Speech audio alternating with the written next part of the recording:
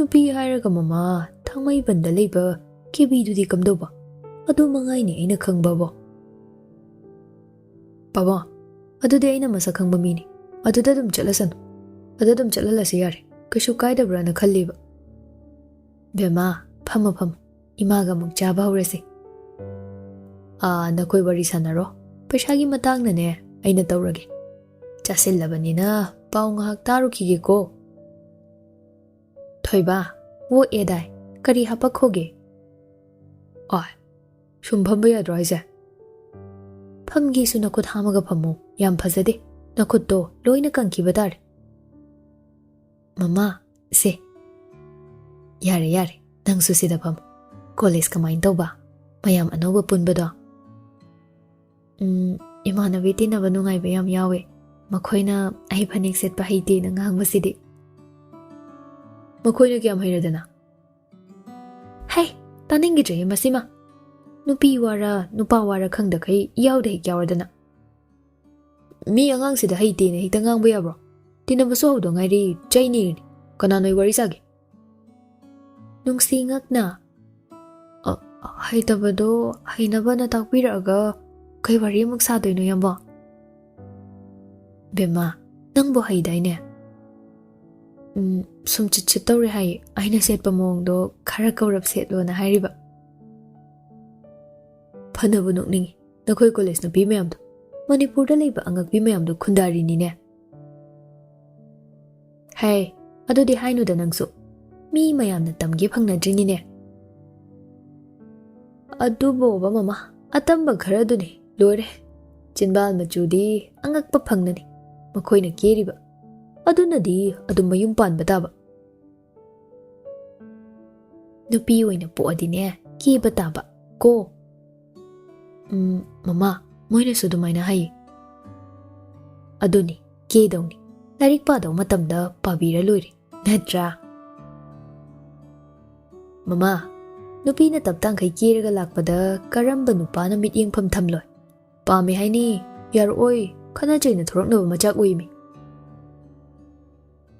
thoiba chak ngahak chabasi nangna chabat ngangbasidane hawphamga khangdre hawbani kaino haipana thongagabu hawde haibro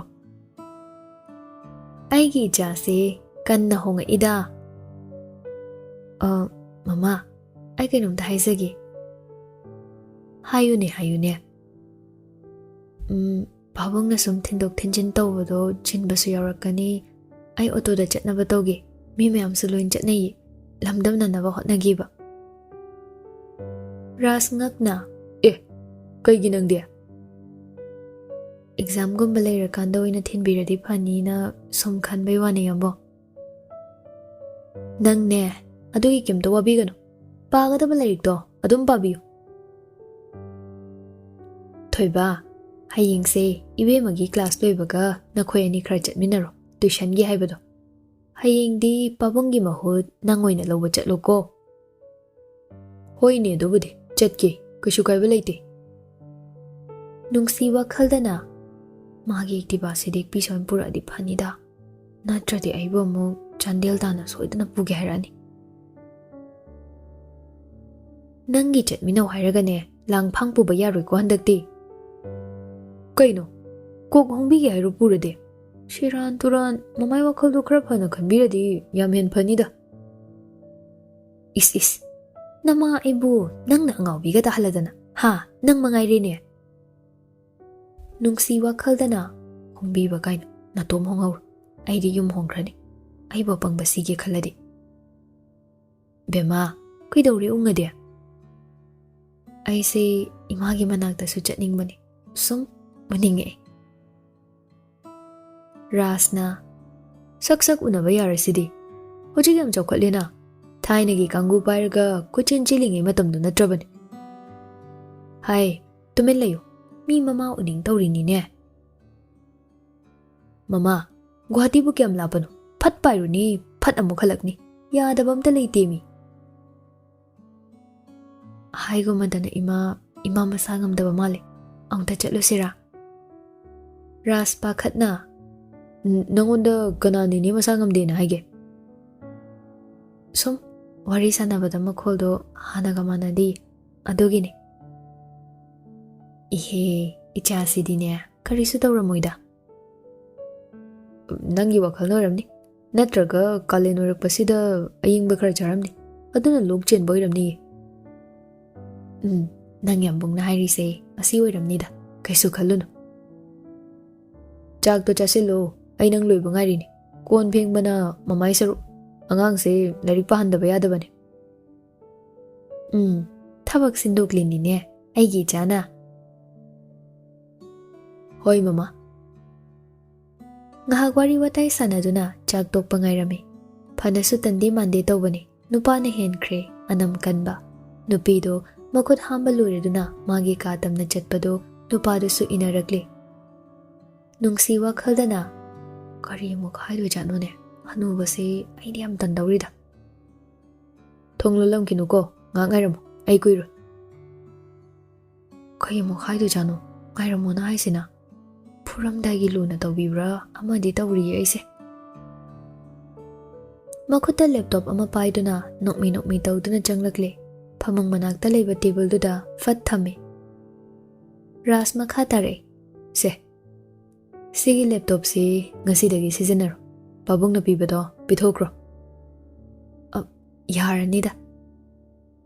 Ay on tawge muneyo kamain tawge do. Password thambani kanana su khangdabani. Sana phawba khangama. Nong da su hangama.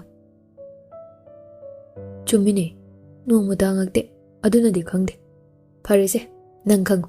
Aige password se emptiness haibani ko small letter ngaktani. Kaino gaina wayam ngangaba male. Yambung na haibado somtaramini. Se yengo sida. Sida yauriba mayam si study material ngaktani. Hojik khudakta paba hobada kok ngawbagum thokani. Nungsi changsilaga karamano yambo. Sigise urabo. Wakhaldana swai lawi he mana changsilak pasidia. Yami he sidi yambo. Yambani adunani pabung na piba sida amok sidagi hapto khapchin tawdoi saru sina pharadra haina khallaba adugini. Yambung di darkar oira aroidra. Oiroida nang adu mojaru. Aisu matama mayam parami adu boy kide. Si mayam se amta kana jalo. Thawai lupa khara watkre adunani aina topa wakhalda tawringida. Nangdi madu tawba yaba nate ko. Tuition su chatpa sisu pamba kokpa puba ngamdoira khangdeda. Ngamni nang khradi wani horakpa kanda. Thabak tawbagi apamba leiba natro. Adugi hotnaba tare. College exam gi damakna mark yam wangdrasu anirak thadrasu yabagi mawngda. Kok macha se maikhu kadawrida. Karoine karasu fen thabi. Eyes tum thombi. Se kawaroi ko. Password to kai haiba. Emptiness haibani. Good. Adu khangba horaido fabani. Nang mai pak tawrabani. Ado yambong di darkar dara aroidra. Yen karbar hobada ngari laptop ki darkar oiba matang oidre. Oirakpa matamda nangsu officer amadi oirani se. Nokpase phanabura si leine. Kaiba sakthi bi haiba nasak tu thimale nupa koi kino tari inthina tamkhona haiba. Ish wari di.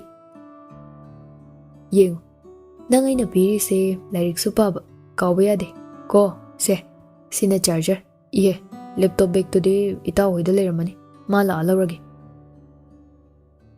Si hapa yaba bag to de aingonda leini yambo. Oh phare adoidi nangida hapo. Sina ki nangai bani ngasai kai. Ngana hugacho ko hayingi thabak mayam do kauba yade. Hoi thonga se phazan lolu ko aishu thoe.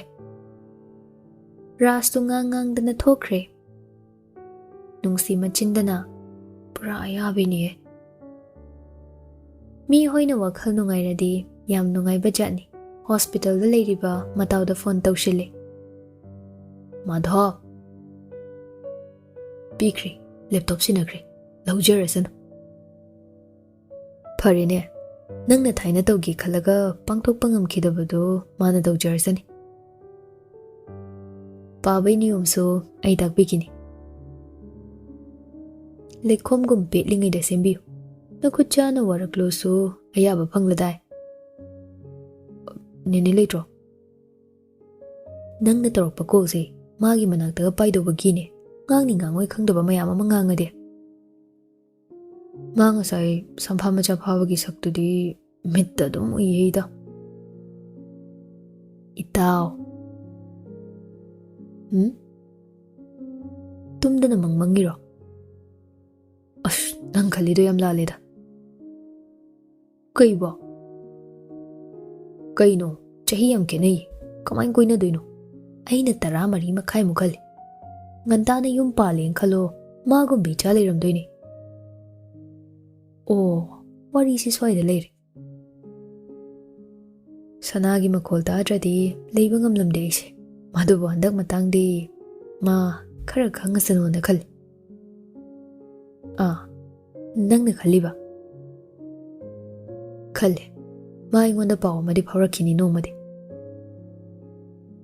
Hangam thongbada thum thakpada pathabadu kuidabani koidaw.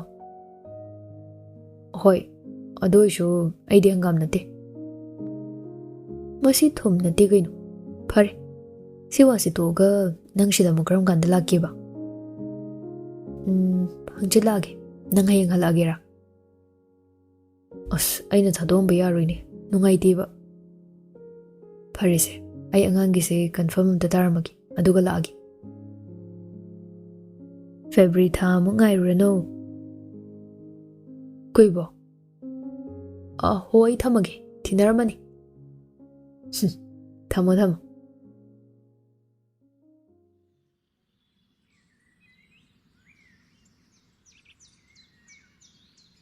Nau na pakhang macha pharak pasingai ngantana hogatuna yengi seba tawirami sumanga punglangni mana sitpa singba tawbada mapa thoraktuna hoine adumaina nganta hogatuna tawrabadi hakchang sajal su oire ha adugi shu mathakta lam suna lenese baba yen myam siga imon mona leiradi ongta na adriba leina narakpasu yai madudi nachana tawhaningde ichana harida chumi ai so ngarang di wakhal se khalibani nangi dama karigumba khradi tawrage haina wai da baba aktum phamge swaisida dhari da phami dubu mot patari ni nangbo hirulu radabani firoso loinchiladabani kashumo loida lamsangda leba lamdo nang sijinar loiningba yen masingdu su loiro yengon sabagi di aina minik pirage Baba, yum da lori ba makoy se anong ta sena kigen tawbani. Icha sidi, loy dana loy radi phasana loy do nine. Makok thong na tawgadabani. Akoy budo, ay check na kagat na ba na haige. Babong, adoy lam dubo kadilip na law ni na hiram day na. Hera, nga haki wakal nida. Manipur da lay bada inadawa minati da. Machin da pangangang libani. Oy raroy kang dana ay shune. Wa mata hayro drabani. Ado ay di farida. Ay shu tek adu daway na gyanta na tawagi. Ating bada asomga warisan kara di fari ay. Nang na miram da chat na bahirami ay ne. Hawdoon ba ni babong? Sida su paisa tingni, ada su tingni, chap manadro. Ado ay di, ada po ba na fayda na? Buhaning da bay wadi nati. Icha na si madaw sa bada kariso kay balay ba nati. Adubu chatoy bado kana fam leiroy da boyradi atopa daw na mating pangwa na fadrane. Mapabong giwahida tumina makhatade machagi matawduda nandodo hena nungay dramale makhamuk tare. Yengoy, nang nahiyang magchat ki harasune ekta chase ay gidi akay balay tine adum na ne ungdo na legano. Rason thang na. Babang, paisa changba phaba phataba.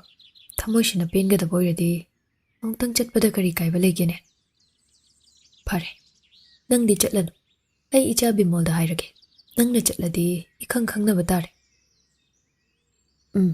ꯍꯣꯏ ꯄꯥꯕꯨꯡ ꯑꯉꯥꯡꯁꯤ ꯅꯪꯅ ꯀꯣꯂꯦꯖꯇꯣ ꯈꯔ ꯊꯤꯜꯂꯣ ꯑꯩ passport ꯑꯣꯐꯤꯁꯇ ꯊꯕꯛ ꯇꯧꯕ ꯃꯈꯩꯗꯣ ꯎꯅꯔꯨꯔꯒꯦ ꯑꯗꯨꯒ ꯈꯔ ꯊꯨꯅ ꯌꯥꯅꯕ ꯃꯑꯣꯡꯗ ꯂꯧꯅꯕꯅ ꯍꯥꯏꯒꯦ ꯏꯇꯥꯎꯒꯤ ꯆꯦ ꯆꯥꯡꯗꯨꯗꯤ ꯑꯩꯅ ꯑꯗꯨꯝ ꯄꯤꯌꯣ ꯍꯥꯏꯕꯗ ꯂꯣꯏ ꯄꯤꯔꯗꯧꯅꯤ ꯃꯌꯨꯝ ꯆꯠꯇꯨꯅ ꯋꯥꯔꯤ ꯁꯥꯔꯨꯔꯒꯦ ꯃꯥꯁꯨ ꯑꯊꯨꯕꯗ ꯊꯣꯔꯛꯅꯕꯅ ꯍꯥꯏꯁꯦ ꯑꯗꯨꯒ ꯂꯣꯏꯁꯤꯟꯅꯕ ꯑꯍꯜ ꯑꯅꯤꯒꯤꯗꯤ ꯂꯩꯔꯝꯒꯗ꯭ꯔꯥ ꯄꯥꯕꯨꯡ ꯀꯩꯒꯤ ꯂꯩꯇꯅꯤ ꯍꯥꯏꯒꯦꯅꯦ ꯅꯣꯏꯅꯗ ꯍꯧꯖꯤꯛꯀꯥꯟ ꯂꯝ ꯀꯣꯏꯕ ꯈꯪꯕ ꯅꯠꯇꯦꯅꯦ ꯑꯩꯈꯣꯏ ꯃꯇꯝꯗꯒꯤ ꯆꯠꯅꯔꯛꯑꯕꯅꯤꯅꯦ ꯈꯔꯗꯤ ꯈꯦꯠꯅꯩꯗꯅ ꯀꯝꯄ꯭ꯌꯨꯇꯔꯒꯤ ꯖꯨꯒꯅꯤꯗꯅ ꯍꯧꯖꯤꯛꯅ ꯍꯥꯏ ꯀꯝꯄ꯭ꯌꯨꯇꯔꯗꯨꯅ ꯑꯩꯒꯨꯝꯕ ꯂꯣꯡꯒꯥꯅ ꯁꯥꯔꯛꯄꯅꯤ ꯀꯔꯤꯁꯨ ꯈꯜꯂꯨꯅꯨ ꯁꯤꯗꯤꯅꯦ ꯍꯥꯟꯅ ꯄꯣꯛꯑꯗꯤ ꯍꯥꯟꯅ ꯈꯪꯕ ꯇꯥꯕꯅꯤ ꯌꯥꯔꯗꯤ ꯑꯩꯁꯨ ꯃꯈꯣꯏ ꯃꯅꯥꯛꯇ ꯆꯠꯂꯨꯒꯦꯅ ꯈꯟꯕꯅꯤ ꯑꯩꯅꯗꯤ ꯐꯣꯟꯗ ꯑꯣꯏꯅ ꯄꯥꯎ ꯐꯥꯎꯅꯔꯒꯦ ꯇꯉꯥꯏ ꯐꯗ꯭ꯔꯗꯤ ꯆꯠꯄ ꯇꯥꯕꯅꯤꯅꯦ ꯅꯨꯡꯁꯤ ꯈꯪꯅꯤꯡꯅ ꯄꯥꯕꯨꯡ ꯀꯥꯏꯗ ꯆꯠꯇꯣꯏꯅꯣ ꯔꯥꯖ ꯃꯔꯛ ꯊꯠꯂꯤ ꯕꯤꯜ ꯀꯥꯏꯕꯒ ꯃꯃꯥꯒ ꯄꯥꯕꯨꯡꯒꯅꯦ ꯁꯤꯡꯒꯥꯄꯨꯔ ꯀꯣꯏꯔꯨꯅꯤꯅ ꯍꯥꯏꯔꯤꯕ ꯅꯪꯁꯨ ꯆꯠꯁꯤꯗꯅ ꯑꯩꯁꯨ ꯌꯥꯎꯒꯦ ꯅꯨꯡꯉꯥꯏꯅꯤꯅꯦ ꯑꯗꯨꯗꯤ ꯆꯠꯂꯨꯁꯤ ꯀꯩꯅꯣ ꯍꯩꯕ ꯐꯣꯔꯦꯟ ꯀꯥꯏꯗꯨ ꯆꯠꯅꯤꯡꯗ꯭ꯔꯣ ꯑꯩꯗꯤ ꯆꯠꯂꯗꯤꯅꯦ ꯚꯤꯗꯤꯑꯣꯒ ꯌꯥꯝ ꯅꯝꯅꯤꯕꯣ ꯑꯃꯨꯛꯈꯛ ꯆꯠꯄꯕꯨ ꯑꯩꯒꯤꯗꯤ ꯄꯥꯁꯄꯣꯔꯠ ꯂꯩꯇꯤ ꯅꯟꯗꯣ ꯅꯨꯡꯁꯤꯗ ꯑꯣꯟꯁꯤꯜꯂꯒ ꯏꯆꯥꯁꯨ ꯆꯠꯁꯤꯔꯅꯦ ꯔꯥꯖꯅ ꯀꯣꯟꯅ ꯄꯨꯁꯤꯗ ꯄꯥꯕꯨꯡ ꯃꯥꯒꯤ ꯇꯧꯒꯗꯕ ꯃꯊꯧꯅ ꯃꯥꯡꯗ ꯂꯦꯞꯂ ꯂꯩꯔꯕꯅꯤ ꯑꯗꯨ ꯍꯥꯟꯅ ꯃꯥꯏ ꯄꯥꯛꯇꯕ ꯌꯥꯗꯦ ꯍꯥꯏꯌꯨ ꯏꯍꯦ ꯑꯩꯗꯤ ꯀꯥꯎꯏ ꯄꯥꯕꯨꯡꯒꯤ ꯆꯥꯁꯤꯗ ꯂꯩꯔꯦ ꯁꯤꯅ ꯌꯥꯝꯕꯨꯡꯒꯤ ꯀꯗꯥꯏ ꯁꯤꯃ ꯊꯛꯑꯒꯅꯦ ꯐꯖꯅ ꯕ꯭ꯔꯁ ꯇꯧꯔꯕ ꯑꯗꯨꯒ ꯏꯔꯨ ꯃꯩꯊꯔꯒꯦ ꯑꯁ ꯍꯪꯒꯣꯏꯌꯦ ꯀꯩꯅꯣ ꯉꯔꯥꯡꯗ ꯇꯧꯗ ꯉꯥꯏꯔꯤ ꯌꯥꯁꯤꯕꯨ ꯑꯗꯨꯝ ꯐꯦꯡꯉ ꯂꯩꯒꯗ꯭ꯔꯕ ꯍꯥꯏ ꯑꯉꯥꯡꯒ ꯃꯤꯍꯨꯜ ꯁꯨꯔꯝꯃꯔꯣꯏꯅꯦ ꯅꯪꯒꯤ ꯋꯥꯔꯤꯗꯨꯗ ꯍꯥꯎꯕꯅꯦ ꯉꯔꯥꯡꯒꯤ ꯃꯍꯥꯎꯁꯨ ꯄꯨꯂꯞ ꯐꯪꯕꯅꯦ ꯃꯤꯒꯤ ꯆꯥꯎꯈꯠꯄ ꯂꯝꯗꯗꯤꯅꯦ ꯁꯤ ꯉꯥꯛꯇꯅꯤ ꯊꯕꯛ ꯆꯤꯟꯕꯅꯤ ꯈꯪꯗꯦ ꯍꯩꯅꯕꯤꯅꯤ ꯈꯪꯗꯦ ꯉꯥꯡꯉꯨ ꯏꯆꯥꯗꯤ ꯆꯥ ꯊꯛꯑꯕꯣ ꯊꯛꯇ꯭ꯔꯦꯗ ꯄꯥꯕꯨꯡ ꯆꯥ ꯊꯛꯑꯒ ꯆꯥꯛ ꯆꯥꯁꯤꯟꯕ ꯉꯝꯗꯦ ꯀꯣꯂꯦꯖ ꯌꯧꯔꯛꯑꯒꯅ ꯆꯥꯛ ꯂꯥꯝꯃꯤ ꯃꯄꯥꯟꯗ ꯊꯣꯛꯑꯒ ꯑꯆꯥꯄꯣꯠ ꯆꯥꯕꯁꯨ ꯇꯜꯂꯤ ꯀꯦꯟꯇꯤꯟꯒꯤ ꯇꯣꯏꯅ ꯆꯥꯕꯁꯨ ꯇꯜꯂꯦꯅ ꯇꯧꯕꯅꯤ ꯔꯥꯖ ꯅꯣꯛꯐꯦꯠ ꯇꯧꯔꯒ ꯄꯤꯕꯤꯅꯤꯗ ꯀꯩꯁꯨ ꯈꯜꯂꯨꯅꯨ ꯀꯩꯕꯣ ꯀꯩꯅꯣꯅꯦ ꯄꯤꯗꯣꯏꯁꯤꯅ ꯑꯩꯁꯨ ꯈꯤꯇ ꯈꯪꯍꯧꯒꯦ ꯌꯥꯒꯗ꯭ꯔꯅꯦ ꯅꯪꯕꯣ ꯄꯩꯁꯥ ꯄꯤꯕꯤꯅꯤ ꯍꯥꯏꯕꯅꯤ ꯀꯩꯅꯣ ꯀꯦꯟꯇꯤꯟꯗ ꯁꯨꯝ ꯑꯆꯥꯄꯣꯠ ꯆꯥꯔꯗꯤ ꯀꯥꯏꯗꯩ ꯂꯩꯅꯤ ꯂꯣꯏꯔꯛꯄ ꯇꯥꯕ ꯀꯩꯁꯨꯝ ꯈꯟꯅꯨꯁꯤ ꯅꯣꯏ ꯌꯥꯝꯕꯨꯡꯅꯅꯦ ꯋꯥꯗꯅꯕ ꯑꯗꯨꯝ ꯇꯧꯔꯛꯀꯅꯤ ꯀꯔꯕꯥꯔ ꯇꯧꯕ ꯊꯥ ꯐꯥꯎ ꯐꯥꯗ꯭ꯔꯤ ꯑꯗꯨꯒ ꯄꯩꯁꯥ ꯄꯤꯕꯤꯒꯦ ꯀꯥꯏꯅ ꯄꯥꯕꯨꯡꯅ ꯄꯤꯕꯤꯕꯒꯤ ꯂꯩꯔꯤꯌꯦ ꯏꯃꯥꯅꯁꯨ ꯄꯤꯔꯝꯕꯒꯤ ꯂꯩꯔꯤ ꯍꯥꯏꯌꯨꯈꯔ ꯑꯩꯈꯣꯏꯅ ꯀꯔꯤꯝꯇ ꯌꯦꯡꯗꯗꯧꯅ ꯄꯥꯕꯨꯡ ꯅꯤꯡꯊꯧꯁꯨ ꯃꯩꯗꯥꯟ ꯋꯥꯠꯄꯅꯤ ꯅꯣꯡ ꯐꯥꯗꯣꯛꯀꯤ ꯑꯣꯞꯁꯟ ꯑꯣꯏꯅ ꯑꯩꯁꯨ ꯊꯝꯕ ꯌꯥꯕꯅꯤꯀꯣ ꯑꯗꯨꯁꯨ ꯆꯣꯏꯁ ꯅꯠꯇꯦꯅ ꯑꯃꯨꯛ ꯈꯟꯗꯣꯛꯇꯣꯏꯔꯣ ꯑꯩꯅꯗꯤ ꯃꯤ ꯈꯨꯗꯤꯡꯒꯤ ꯄꯩꯁꯥ ꯅꯤꯕꯅꯤꯅ ꯍꯥꯏ ꯈꯟꯅꯧ ꯍꯥꯏꯔꯒ ꯈꯠꯅꯕꯗ ꯇꯥꯒꯗꯣꯏꯔꯅꯦ ꯅꯕꯥꯅꯤꯒꯤꯁꯤꯕꯣ ꯄꯥꯕꯨꯡ ꯑꯩ ꯑꯉꯥꯡꯒ ꯃꯥꯟꯅꯕ ꯇꯜꯂꯤꯗ ꯕꯦꯝꯃꯥ ꯅꯪ ꯉꯁꯤꯗꯤ ꯅꯈꯣꯏ ꯌꯥꯝꯕꯨꯡꯅ ꯊꯤꯟꯅꯕꯅ ꯍꯥꯏꯔꯕꯅꯤ ꯄꯥꯕꯨꯡꯁꯦ ꯆꯠꯇꯕ ꯌꯥꯗꯕ ꯊꯕꯛ ꯈꯔ ꯂꯩꯔꯦꯅꯦ ꯅꯨꯡꯁꯤ ꯋꯥꯈꯜꯗꯅ ꯍꯅꯨꯕꯁꯤꯒ ꯆꯠꯄꯗ ꯇꯥꯔꯤꯕꯣ ꯑꯩꯕꯣ ꯀꯩꯁꯨ ꯄꯥꯈꯠꯂꯨꯅꯨꯀꯣ ꯑꯩꯒꯤ ꯑꯦꯛꯇꯤꯚꯥ ꯑꯁꯤꯗ ꯆꯠꯀꯗꯕꯅꯤ ꯅꯪꯅ ꯍꯨꯜꯂꯤꯕ ꯃꯤꯍꯨꯜꯗꯣ ꯑꯩꯁꯨ ꯈꯪꯉꯤ ꯈꯪꯗꯕ ꯅꯠꯇꯦ ꯍꯟꯗꯛꯀ ꯀꯥꯔꯟ ꯇꯥꯔꯗꯤꯅꯦ ꯃꯥ ꯄꯥꯕꯨꯡꯒꯤ ꯆꯤꯡ ꯈꯪꯍꯜꯂꯦꯗꯅ ꯏꯆꯥꯗ ꯃꯥꯅ ꯀꯥꯔꯟ ꯇꯥꯕ ꯌꯥꯕ꯭ꯔꯥꯗꯣ ꯄꯨꯡ 8ꯒꯤ ꯀ꯭ꯂꯥꯁ ꯅꯠꯇ꯭ꯔꯣ ꯂꯣꯏꯁꯤꯟꯅꯕ ꯇꯧ ꯑꯩꯁꯨ ꯀꯨꯏꯔꯣꯏ ꯁꯦ ꯆꯥ ꯀꯞꯁꯦ ꯑꯇꯩꯗꯤ ꯈꯪꯗꯦ ꯆꯥꯁꯤ ꯐꯥꯎꯗꯤ ꯆꯤꯅꯤ ꯌꯥꯎꯗ꯭ꯔꯁꯨꯅꯦ ꯏꯇꯨꯝꯗ ꯊꯨꯝꯃꯦ ꯑꯗꯨꯅꯤ